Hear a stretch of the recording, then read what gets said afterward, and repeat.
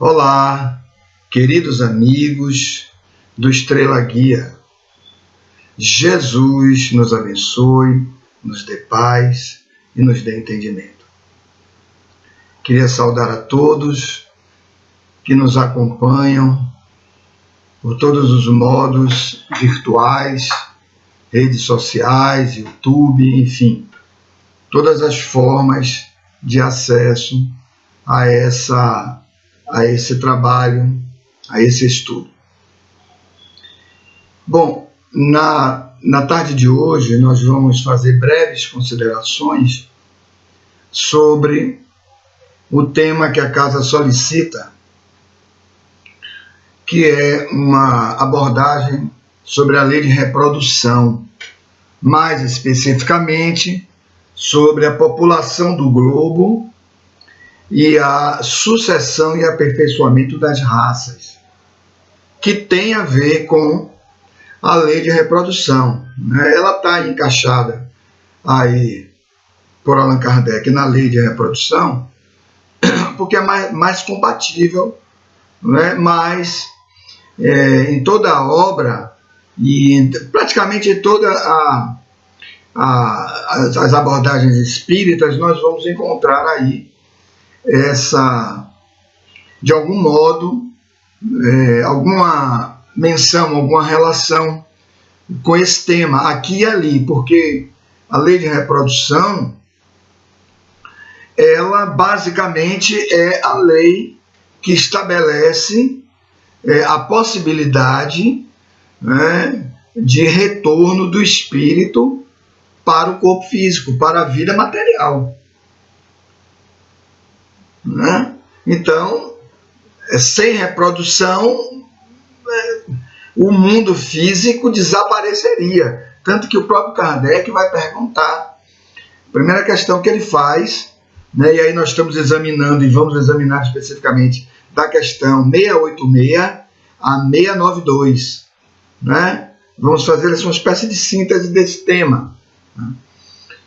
Claro que a lei de reprodução ela segue um pouco mais com outras questões, mas é a questão que nos compete trabalhar na tarde de hoje. Então,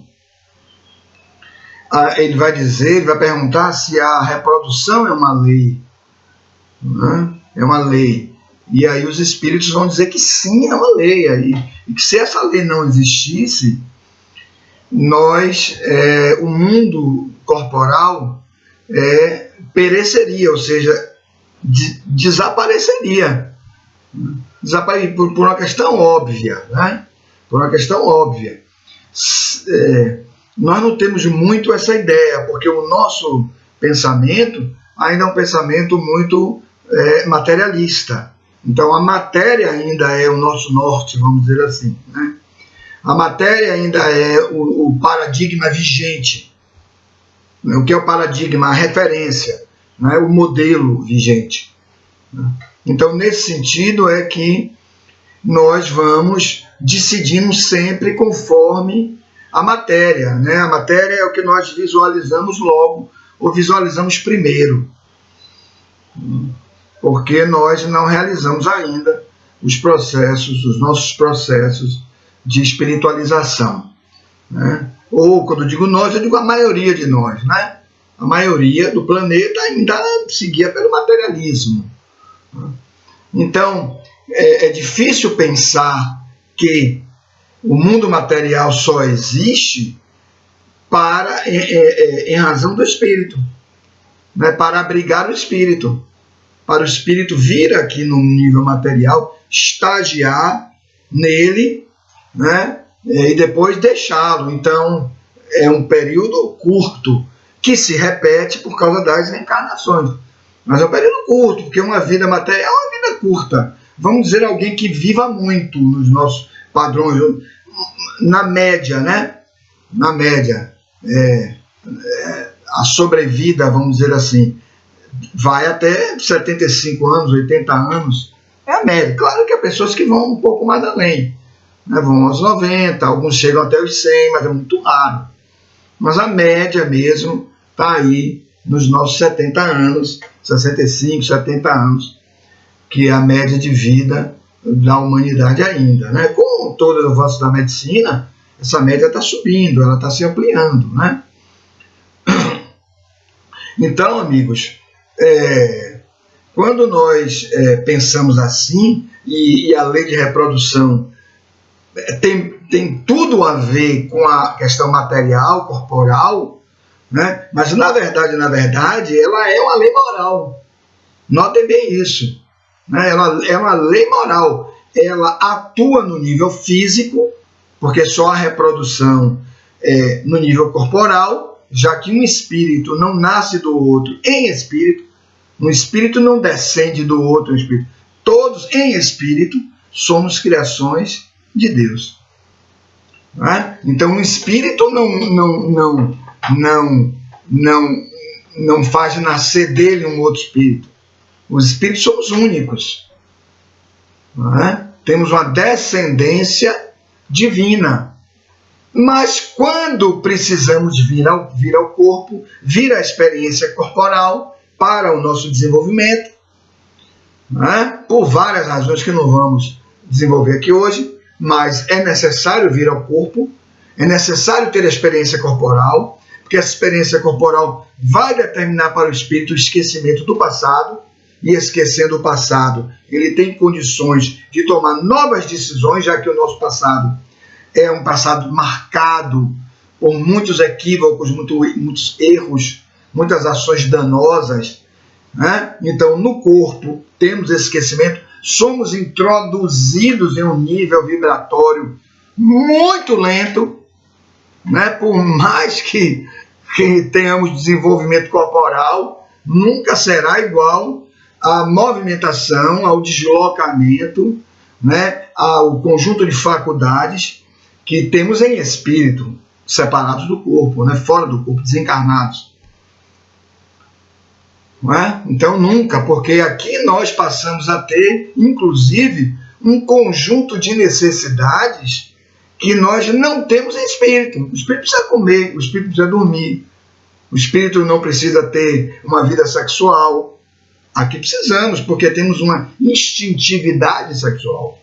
Né? Há uma força em nós que nos empurra para o outro, a fim de haver um encontro corporal, né? Através da movimentação de hormônios específicos que nos conduzem para esse encontro corporal, né? E claro, e naturalmente a partir da inibição de forças, né? Da energética oposta. Então, se estamos num corpo masculino, a nossa energética feminina, porque o espírito é portador das duas energéticas, mas para reencarnar ele precisa diminuir uma, não é anular totalmente, nem destruir aquela energética, porque a energética pertence ao espírito, mas é inibir a ação dela e desenvolver a outra, para que, sentindo-se carente da energética que não possui, o indivíduo possa buscar no outro ser. Senão não haveria encontro sexual, né? Esta necessidade, essa instintividade, e não haveria reprodução. Eu estou fazendo essa abordagem toda para a gente chegar na reprodução. Né? Então não haveria necessidade de reprodução, porque eu me bastaria. Você se bastaria, todos se bastariam. Né? Então eu olharia uma mulher e veria uma porta. Nenhum tipo de estímulo para uma busca. Mas as leis morais querem que as pessoas se unam para que haja a procriação. Mas não só para isso, para também que hajam as trocas energéticas, né? Dessa união, dessa ligação, desse envolvimento. E mais que isso, para que haja um encontro de mundos emocionais. Muitos vínculos começam pelos vínculos corporais, mas depois se expande pelas buscas emocionais. E então se estabelecem vínculos que não são só sexuais. Né? Os casamentos, na sua estrutura e na sua expressão mais legítima, são buscas emocionais. É um encontro de mundos emocionais e morais. Né? Porque a finalidade, e aí já no aspecto mais avançado ainda do que o emocional, é que as pessoas se acrescentem moralmente umas às outras. Essa é a finalidade. Mas tudo começa lá atrás, né? Com as questões realmente corporais, reprodutivas, para que haja, então, a reencarnação de outros espíritos, sob várias condições. E aí nós vamos ver isso um pouquinho na frente, se der tempo a gente falar sobre isso. Não sei se vai dar tempo para falar, né? Mas é isso. Então, é uma lei, porque é uma lei, porque está em todo lugar, né? No mundo de você andar no universo, neste nível, em níveis de humanos, níveis humanos, nós vamos encontrar a necessidade ainda, nos níveis inferiores também, né? Claro, não humano, do animal inferior. Nós vamos encontrar essa atratividade, né? Essa instintividade, né? Há, inclusive, também já uma atração anterior no nível tanto dos minerais, porque são átomos que se agregam, né, que se unem, há uma energética ali, mas não com essa base de procriação, mas é o início, já que também transitamos no mineral, é um treino, né, multimilenar, né, e no vegetal, aqueles vegetais todos que se enraizam, que se misturam entre eles, né, ali já há também uma dinâmica, já há uma movimentação, porque o vegetal cresce, né, se expande, né. E no animal, que constitui esses instintos para a nossa base, porque nós já temos essas instintividades anteriores, só que agora nós temos a possibilidade de escolher, né? No nível humano, nós escolhemos, fazemos escolhas, porque aí já ingressa no campo moral, né? O animal não tem moralidade, o animal não sabe discernir o certo do errado, o bem do mal, né? Ele não tem escolha, ele age por uma instintividade, ele age por um automatismo, né? Que é esse instinto, que é uma espécie de inteligência rudimentar, né? Mas ele, quando transita para o nível hominal, aí sim nós começamos a fazer as nossas escolhas, porque a nossa natureza aí já é uma natureza moral. Moral, quando se diz moral, se diz da relação da criatura com o Criador. Então nós já objetivamos inconscientemente o encontro com Deus. Mesmo que não tenhamos consciência, nós caminhamos para nos encontrar com Deus. Mesmo aquele cientista que diz que Deus não existe, ele não sabe, mas o resultado das suas conclusões são resultados de conclusões onde Deus já está presente, só que ele não vê, ele não percebe ainda, mas perceberá, ou na mesma encarnação, ou em encarnações pela frente, ele vai conseguir realizar essa percepção, porque a lei, existe uma outra lei que é de progresso, então ela irrompe de dentro para fora, conduzindo o indivíduo a essa busca, né? a um campo da busca nos aspectos morais, né? Mas enfim, então ela é lei nesse sentido, né? Há uma impositividade, né? Há pessoas que tentam, inclusive religiosos, né? Enfim, equivocadamente conter a sua instintividade sexual. É um equívoco, porque ela é o resultado da energia, da manifestação da energética criativa. É uma expressão da energética criativa do ser, né? Então, dar origem a corpos onde vai receber o Espírito, isso é criação, co-criar, né? Co-criar, criar com Deus, como está lá na questão 132 do livro dos Espíritos, e em outras questões também, né? Então, é uma lei importantíssima, porque se não existir, por isso que Kardec pergunta, é uma lei? Aí o Espírito diz, sim, é uma lei. Se não existir a reprodução, o mundo corporal acaba. As pessoas, não haverá corpos para espíritos reencarnarem, né? Então, notem que o mundo corporal, ele está a serviço do mundo da realidade do espírito, ele está a serviço do espírito. Lembra quando Jesus diz, vamos tomar um outro campo aí. Lembra quando Jesus diz assim, a tua fé te curou. Lembram disso? Senhor, o indivíduo normalmente voltava para Jesus e dizia: Senhor, eu quero que tu me cures. Aí Jesus pergunta: tu crês que eu te posso curar? Sim, Senhor, eu creio. Então levanta-te e anda. Aí o indivíduo levantava e andava. Aí ele diz assim: a tua fé te curou. Notem isso, a tua fé te curou. Ou seja, a fé não é uma potência, não é uma força fundamental do corpo. Não é o corpo que tem fé, não é o cérebro que tem fé. É o espírito que tem fé. As forças fundamentais estão no espírito. Porque se não morresse o corpo, não existiria mais aquele psiquismo. Mas o psiquismo prossegue vivo, imortal, porque o corpo para ele é um estágio.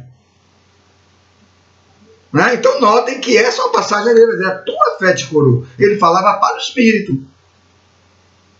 Né? Ele falava para o espírito, quer dizer, ele a princípio servia de referência para o indivíduo ativar a fé, ativou, curou, ou seja, desbloqueou energeticamente a estrutura nervosa que limitava o indivíduo para andar ou para enxergar, enfim, desbloqueou a partir da inoculação de uma nova energética, a dele, Jesus. Mas para a energética dele ingressar no sistema energético do indivíduo, perispiritual do indivíduo, era necessário que o indivíduo permitisse isso.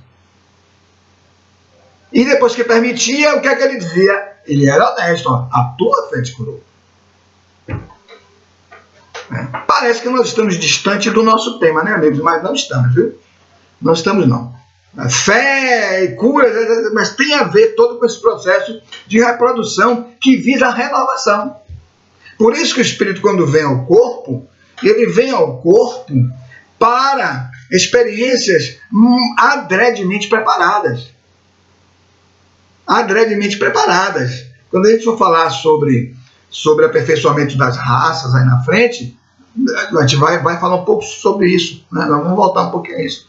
Então, é nesse sentido que é lei.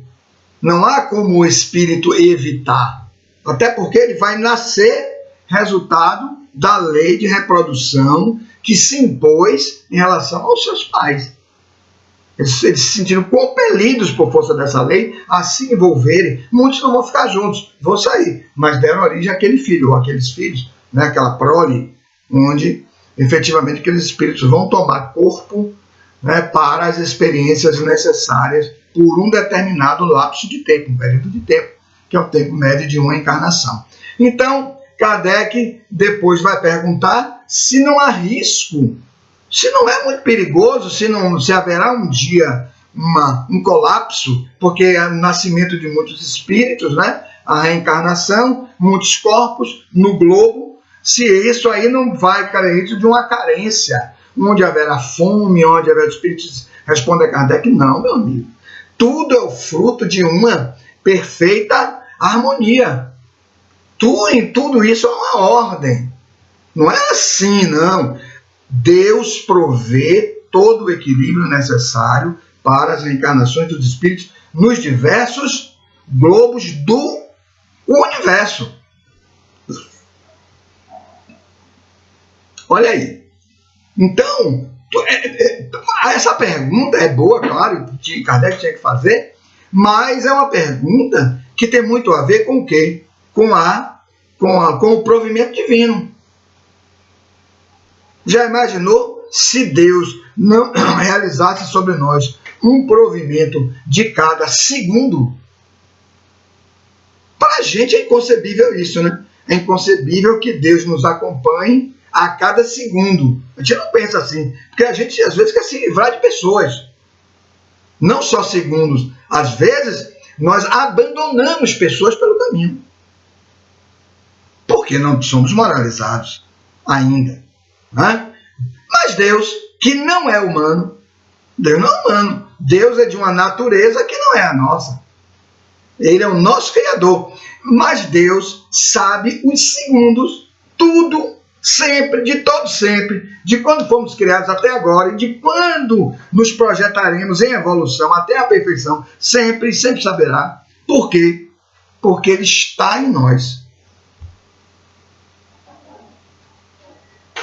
Ele está em nós. Então, essa pergunta, em tese, ela tinha que ser feita porque estamos no nível humano, pequeno, limitado ainda, tinha que ser feita para haver uma explicação intelectualizada disso, né? Então, racional. Então, os espíritos dizem, não, meu amigo, tudo é fruto da lei de harmonia. Como vocês não têm ainda uma visão de totalidade, olha aí, uma visão de totalidade, vocês só veem as coisas localizadas. A gente só percebe coisas muito localizadas. E normalmente coisas que tenham a ver com a nossa sobrevivência, com a nossa manutenção. Que é a primeira movimentação nossa, é a movimentação de manutenção. Porque é instintivo. A primeira ação nossa é instintiva. Entendeu? A primeira ação nossa é instintiva. Não temos... pouquíssimos conseguiram traspassar os instintos para se posicionarem de uma forma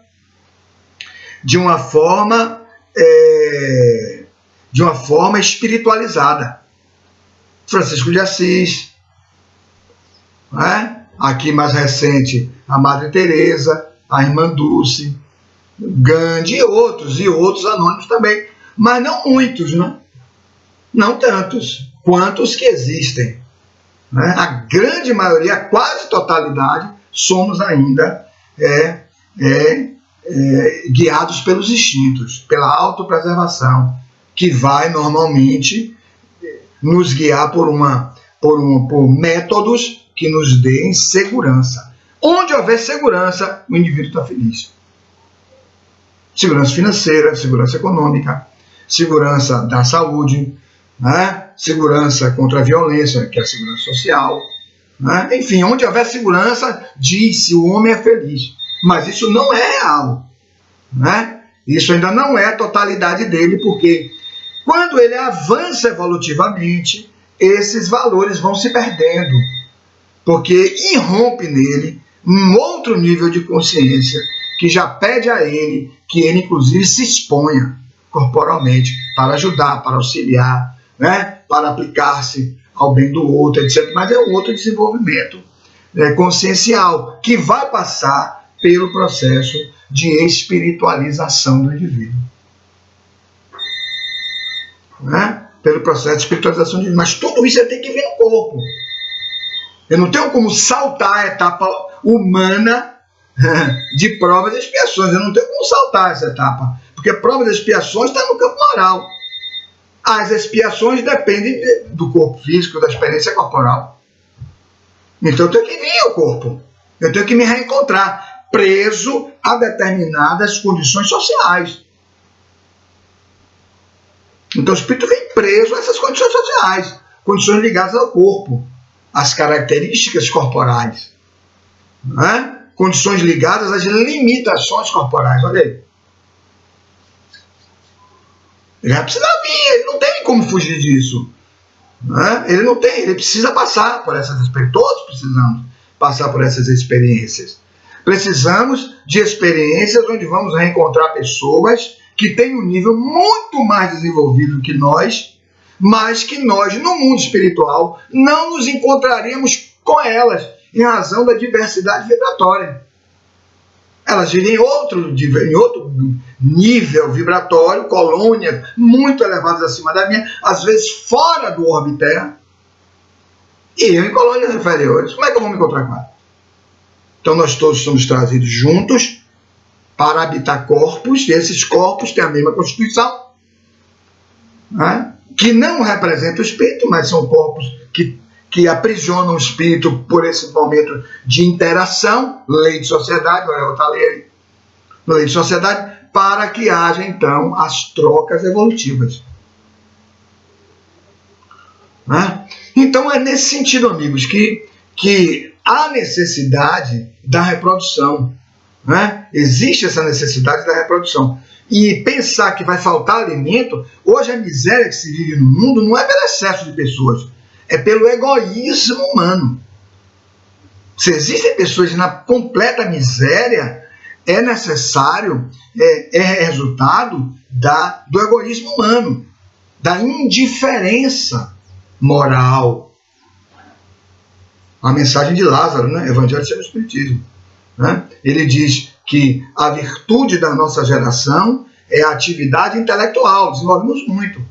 Porém, o vício é a indiferença moral. A nossa indiferença moral, ele quer dizer que é viciosa, é um vício. A gente não se sensibiliza com a dor do outro, com as dificuldades do outro. Muito embora os processos todos que nós estejamos vivendo ao longo já de algum tempo sejam processos de dor, portanto, processos de sensibilização. Porque uma das funções mais especiais da dor é sensibilizar o espírito. O indivíduo vai dizer, rapaz, isso aqui dói. Bom, se você registra no psiquismo essa experiência de viver, essa dói, quando alguém viver, no mínimo você vai dizer, rapaz, eu vou fazer alguma coisinha ali, porque dói isso aí, eu sei o que é isso. Se não é uma experiência vivida para você agora, foi uma experiência vivida antes. E as experiências vividas antes, elas são armazenadas no nosso inconsciente, em verdadeiros núcleos energéticos, que têm coloridos próprios. Tanto que quando a experiência acontece no transitar da encarnação ali, né, que é uma vibração, toda experiência é uma vibração, ela ativa a vibração, esse núcleo energético aqui. Ele vem de dentro para fora. E aí eu me manifesto com ele. Se são núcleos do bem, são experiências exitosas, são ações no bem. Se são experiências do mal que foram ativadas, núcleos negativos, núcleos inferiores, também vai ativar a minha inferioridade. Tanto que há pessoas que estão quietas, mas alguém começa a matar, né, a propor desordens, a propor perseguição, a propor, enfim, coisas decorrentes de iniquidades, aquilo é ativado em muitas outras pessoas, que aparentemente estavam aquietadas, fazendo as suas discussões e os seus conflitos internos, mas ainda estavam no processo de resistência e de contenção. É por isso que Jesus tem a oportunidade de dizer, o escândalo é necessário, mas ai daquele por quem o escândalo vier. Então, ativar a inferioridade no outro, a responsabilidade é grande. Né? A responsabilidade é grande. Né? Então, vocês estão vendo quanto é necessário o espírito vir ao corpo. Né? Então, é nesse sentido que esse processo de espiritualização é o processo que vai fazer com que o indivíduo ele vá romper com as quantificações. Jesus conta algumas parábolas para isso, viu? Rompendo com as quantificações. Porque essas quantificações, elas são humanas. Elas são materialistas. Ela é fruto de um modelo materialista. Perda e ganho é fruto de um modelo materialista que vige em nós. Perder tempo, não é? Perder energia, perder dinheiro, perder tudo isso é materialismo, porque com a morte a gente sai de toda essa estrutura que está aqui, fica tudo aí. E lá, amigos, o passaporte é de natureza moral. Passaporte é de natureza moral. É muito diferente daqui. Aqui é só uma experiência. Aqui é só um exame. Aqui é só uma retenção do espírito por um tempo, a fim de que ele recolha desse nível vibratório, desse nível, né, dessa parte da obra de Deus, né, porque o nosso objetivo é conhecer Deus, o nosso objetivo é interagir com Ele, para que o indivíduo recolha o que este nível de evolução tem para dar. Após isso, migramos para outro nível, para habitar corpos não tão frágeis e que não tenham tantas necessidades, que são corpos de outros mundos e tal, mas que não vamos falar disso aqui. Então, um pouquinho isso, eu estou trazendo um pouquinho isso como reflexão. Aparentemente estamos fora do tempo, mas estamos nele o tempo inteiro, para a gente compreender a importância da lei de reprodução, a importância moral da lei de reprodução. Né? Porque é uma lei. Então a espiritualização é a grande sacada, é o grande movimento evolutivo do espírito no nosso nível. No nosso nível. Essa grande movimentação evolutiva nossa é essa. é nos espiritualizarmos. E o que significa isso? Significa pensar como espírito, articular ideias, né? Nas nossas capacidades intelectivas. Então, pensar como espírito, sentir como espírito e agir como espírito. O indivíduo realmente espiritualizado é assim. É assim, mas não é uma coisa fácil. Porque nós temos uma base instintiva muito forte, nós temos viciações corporais muito fortes, muitas inclusive em razão dos nossos processos de fuga. Tá certo? Também não vamos entrar hoje. Então, pela nossa deficiência de visão é que Kardec faz essa pergunta. Hoje não vai faltar para todo mundo? Não, meu amigo. A miséria que há no mundo é a miséria fruto das ações do próprio homem, não é de Deus. Deus não propõe a miséria. Deus propõe a reencarnação, estabelece a reencarnação e dá os meios. A Terra, com a sua natureza, tem todos os meios para todos sobreviverem. Mas alguns tomam dos outros. Não permitem que as pessoas sobrevivam. Criam regras, que são as leis humanas, criam leis humanas, onde uns tomam dos outros e dizem que isso é a lei. A lei que eles mesmos criaram, que os anteriores deles criaram. Porém, se esquecem de uma coisa que eles não conhecem, que é a lei da reencarnação. Então, se você cria uma dificuldade social para alguém, é óbvio que a lei vai lhe colocar ali depois de passar uma vida toda de dificuldades que você mesma criou, de um grupo que você tinha reencarnado para diminuir aquilo, e você não fez, ao contrário, você se beneficiou. O que é que acontece? Você vai dizer, como é que uma pessoa persegue a outra tanto assim? Processo de sensibilização. E aí é onde nós vamos crescendo e vamos mudando, porque a reencarnação vai trazendo espíritos já modificados pelo esclarecimento e pelas experiências. Toda mudança, na verdade, ela é de natureza moral. As mudanças corporais, elas não significam muita coisa.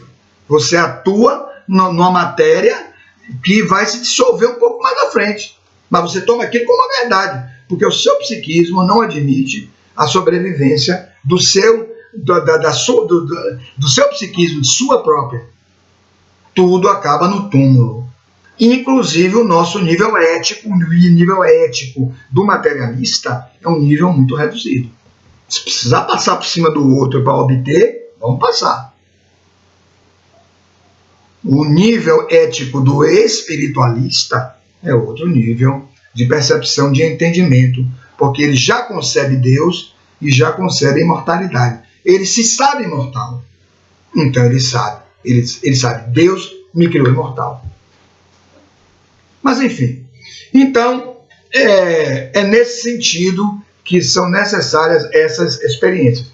Eu queria agora ingressar na etapa que é abordado no nosso tema, que é o aperfeiçoamento das raças, né? A sucessão e o aperfeiçoamento das raças. Mas antes eu queria ler a questão que não está na lei de reprodução, mas tem a ver, que são duas questões aqui, da parte primeira do livro dos Espíritos, que ele fala sobre a criação, tá certo? É a questão 52, que fala da diversidade das raças humanas. Kardec pergunta, de onde provém as diferenças físicas e morais que distinguem as raças humanas na Terra? Resposta, do clima, da vida e dos costumes. Então, nenhum corpo é melhor que outro corpo. Isso é loucura, isso é uma preconcepção absurda do homem, que nós chamamos de preconceito. É uma preconcepção absurda. Alguém, porque tem determinadas características e outras, um é inferior e o outro é superior, mas na cabeça do homem. Aí eles seguem, dá-se aí o que se dá com dois filhos de uma mesma mãe que, educados longe um do outro e de modos diferentes, em nada se assemelharão quanto ao moral. Essa é a primeira resposta que eu queria destacar, pergunta e resposta. E queria destacar a resposta também da questão 53 e 53, letra A. 53. O homem surgiu em muitos pontos do globo? Resposta: sim, e em épocas várias. O que também constitui uma das causas da diversidade das raças. Olha bem. Depois, dispersando-se os homens por climas diversos e aliando-se os de uma aos de outras raças, a mistura, novos tipos se formaram. Letra A, pergunta Kardec. Estas diferenças constituem espécies distintas? Olha bem, resposta: certamente que não. Todos são da mesma família. Porventura, as múltiplas variedades de um mesmo fruto são motivos para que elas deixem de formar uma só espécie? Quer dizer, uma resposta com uma pergunta. Estou trazendo isso para a gente enriquecer um pouquinho o nosso tema. Tem outras questões, quem quiser ler em casa, né, ler depois com calma, né, vai aí nessa questão 52 e as anteriores, e vai perceber como os espíritos vão explicar isso. Então, amigos, não há distinção. As raças nasceram em lugares diferentes, espalhadas por todo o globo, e sofreram variações em razão de clima, em razão de situações muito específicas. Não é? A diversidade também de culturas vai impor variações de costumes, né? de hábitos, de valores, de direito, porque o direito, o que é o direito de um povo, é resultado dos seus costumes, de como eles veem o mundo de relação entre eles. Então dizer é certo ou errado é muito difícil isso. Né? Ah, esse povo é errado, esse povo é certo. Então é nesse sentido que Kardec vai perguntar se as raças desaparecem e outras surgem. Sim, com essa mistura, com esse envolvimento entre as raças, essa mescla, vão surgindo outras. Os espíritos dizem, inclusive a Kardec, o seguinte, que todos nasceram dessas raças primitivas, mas a nossa própria raça hoje, ela vai desaparecer um dia, dando lugar a novas raças com novos aprimoramentos. Porque os corpos, eles também sofrem processos de aprimoramento. Os órgãos sofrem processos de especialização. Alguns órgãos, ao contrário, desaparecem, porque ele perdeu a função. O homem não vai precisar mais de usar aquela função para se manter vivo. Então o órgão vai perdendo a função. O que não tem uso, termina, acaba.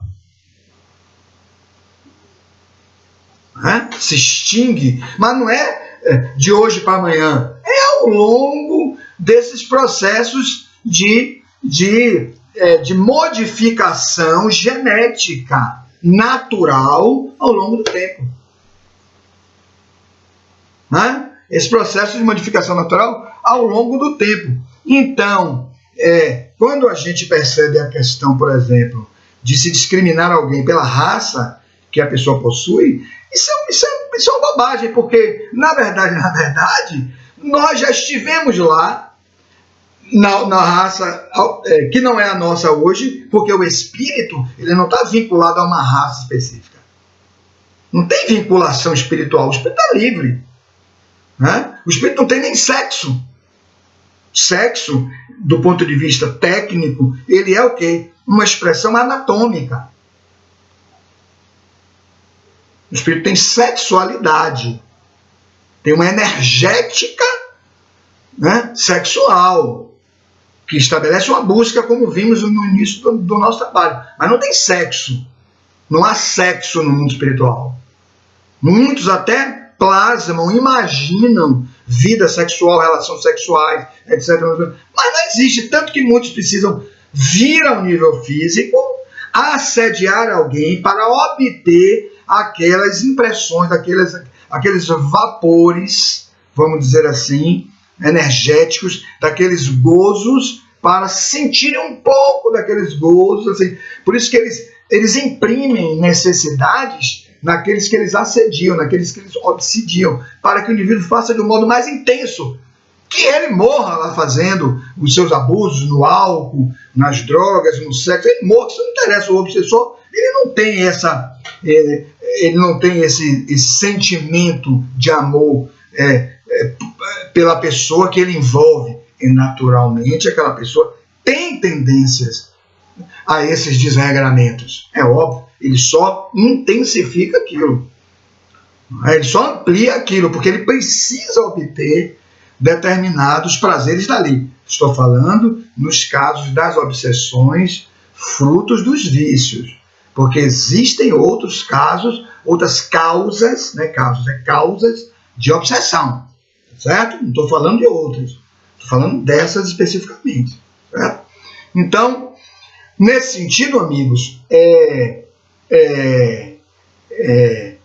aquele que vivencia um processo de discriminação hoje poderá, como aprendizado, reencarnar naquela raça, em corpos que tenham aquelas características. E ele vai se queixar, muitas vezes a gente é por nível de se queixa. Né? Então, se você discrimina o oriental por questões, a pele é mais amarelada, são corpos menores, enfim, por qualquer outra questão, você poderá reencarnar lá. Né? E que não é nenhum demérito, não há demérito nenhum tipo de reencarnação de nenhum corpo. Até porque a grandeza de uma pessoa não se mede pelo corpo que ela tem, nem pela estatura, pela altura, ou pela cor da pele, ou outra qualquer condição, ou até pela condição social, saindo da questão corporal, pela condição social que ela tenha. A grandeza de uma pessoa se mede pela hombridade, pelo valor moral que ela possui. Né? Pela ação dignificadora que ela dá a si na sua existência, e isso só será possível se nós dignificarmos o outro. Ninguém pode se sentir digno de viver se não conduzir de algum modo dignidade para o outro. Nós estamos ligados, nós estamos atados, nós estamos vinculados. Quis Deus que fosse assim. Então não haverá essa possibilidade. O espírito pode realizar, o encarnado pode realizar os processos de eugenia, ou seja, processos de modificação da estrutura genética para ver o que essas pessoas entendem como um aperfeiçoamento de raças. Não com esse objetivo. Lembremos dos nazistas, né? Aliás, bem antes dos nazistas, bem antes, né? Em Esparta, por exemplo, você tinha uma lei que estabelecia que as pessoas que nascessem com deficiência deveriam ser mortas imediatamente, porque é uma cidade que prezava pelos combates militares e a prioridade deles todas era a formação de exército. Então, todos os homens que nascessem tinham que ir para os exércitos. Ter treinamento militar para combater. Era a profissão da época, lá em Esparta. Em Atenas, você já tinha o desenvolvimento do intelecto. Já era uma cidade formada mais pela base filosófica, pelo pensamento, né? Pela estesia, por toda uma busca de processos mais do desenvolvimento da inteligência, numa sua visão total. Mas isso ficou muito mais marcado na história mais recente da humanidade no nazismo, né, que pretendeu criar uma raça superior, dizendo que a raça ariana era a raça superior. Então as outras raças deveriam ser eliminadas e deveriam, tanto que eles desenvolveram muito cientistas, estudiosos, desenvolveram muito e usando inclusive os prisioneiros, em especial os judeus, para promover processos de investigação científica, submetendo aquelas pessoas a determinados processos, métodos eugênicos, né? Processos de alteração de estruturas genéticas, para formar assim, extrair assim e montar assim esta nova raça que eles imaginavam que era a raça que ia dominar todo o planeta, uma raça dominante em relação às outras raças, né? Aos outros povos, às outras culturas, aos outros corpos, pessoas que não adoecessem, Hoje nós temos pior, né? Nós temos hoje uma ideia nesse novo aspecto científico da eugenia. Hoje o que se pensa é criar condições para as pessoas não envelhecerem. Veja aí se isso é possível. Se nós nascemos com a cota de fluido vital para animar o corpo durante a encarnação e dentro da encarnação ter as experiências moralizadoras, como é que não vamos morrer? Como é que não vamos envelhecer? Joana de Ângeles aborda esse tema no livro Dias Gloriosos, e ela vai dizer o seguinte: a eugenia é perfeitamente lícita, em concordância com o que os Espíritos dizem no livro dos Espíritos, é perfeitamente lícita para fim de preservar a saúde, para fim de cura, né? Para fins de produzir até determinados órgãos, olha aí, substitutivo daqueles que trazem determinadas limitações ou determinadas doenças. Isso é lícito. Buscar a preservação da vida é lícito. Buscar o bem-estar é lícito. Mas, por assim dizer, fazer uma limpeza de uma raça, isso não existe. Isso não existe, até porque todo o processo de desenvolvimento, de aprimoramento das raças tem a ver com o aprimoramento moral. Olha a base moral, voltando de novo. De novo, amigos, o mundo físico, o mundo corporal só existe para servir o espírito. Vimos lá o exemplo de Jesus na cura. Lembra no início do nosso trabalho? O que é que ele vai dizer? A tua fé te curou. Ou seja, ele quer dizer, a matéria corporal está a serviço do espírito. Se o espírito decidir, a matéria obedece. Não temos a medicina psicossomática? Já temos, já de várias décadas. A medicina psicossomática diz, o corpo está a serviço da psique. Da psique. Se você pensar que tem dores no estômago, com algum tempo você vai passar a ter dores no estômago, porque o organismo atende. Ele quer dores. Não é? Então notem isso. A estrutura corporal é montada para funcionar por automatismo, mas nós subvertemos esse automatismo e implementamos doenças porque trazemos culpas. Quem tem culpa não pode ser feliz, tem que ser punido. Como é que eu gosto de uma saúde plena? Problema. Aí tem que trabalhar a culpa, né? Que não é objeto de hoje. Mas é isso aí. É isso aí, amigos. Então, é lícito a eugenia? É lícito a eugenia de Joana de Ângeles. Viana de Carvalho também trata disso, né? A atualidade do pensamento espírita, uma psicografia também de Divaldo, mais recente. Então, ele vai falar sobre isso, essa obra, né? A atualidade do pensamento espírita. Há muitas perguntas e Viana de Carvalho vai respondendo.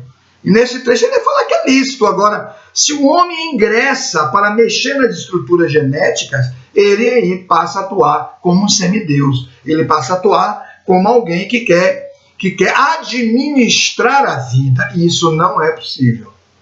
Primeiro que o homem não tem desenvolvimento para isso. Não tem moral para isso. Né? E não tem meios para isso. Não tem meios para isso. Né? Então, amigos, nesse sentido que nós vamos trazendo algumas pequenas reflexões sobre esse tema. Eu aconselharia que todos lessem, que todos estudassem, porque muita coisa aqui eu não pude dizer, né? É um pouco extenso. Eu fiz uma espécie de síntese dessa abordagem, tá certo? Aqui caberia uma abordagem sobre os impedimentos à reprodução, que é o aborto, mas a casa vai tratar desse assunto em outro tema, em outro momento, provavelmente com outro expositor, né? E nós estamos aí trazendo essas breves reflexões sobre esses dois pontos: população do globo, sucessão e aperfeiçoamento das raças. Mas leiam esse capítulo, porque ele é muito importante na nossa compreensão da reencarnação ligada ao processo de reprodução, a finalidade dessas duas leis, tá certo? Queria deixar então essas breves observações, desejar aos queridos amigos do Estrela Guia e a todos que nos acompanham. Bons estudos, boas reflexões e muita paz a todos. Jesus nos abençoe.